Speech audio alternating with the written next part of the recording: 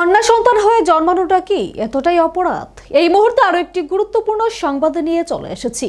দৈনিক সংগ্রাম পত্রিকায় সম্প্রচার হয়েছিল জন্মদাতা পিতার হাতে খুন শিশু কন্যা। চলুন দেখে নেব কি বলা হয়েছিল দৈনিক সংগ্রাম পত্রিকায়।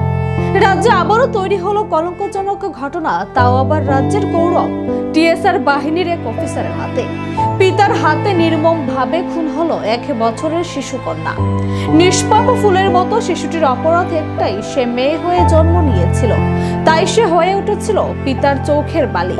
শিশু কন্যার মায়ের অভিযোগ, স্বামী রথীন্দ্র দেববর্মা তার মেয়েকে ঠান্ডা পানির সঙ্গে বিষ মিশিয়ে খাইয়ে খুন করেছে।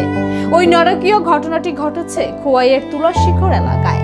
নিষ্পাপ শিশু কন্যাটির জন্মদাতা পিতা রথীন্দ্র দেববর্মা টিএসআর 10ম ব্যাটালিয়নের ওই জওয়ান বর্তমানে খুমলুং এডিসি হেডকোয়ার্টারে কর্মরত।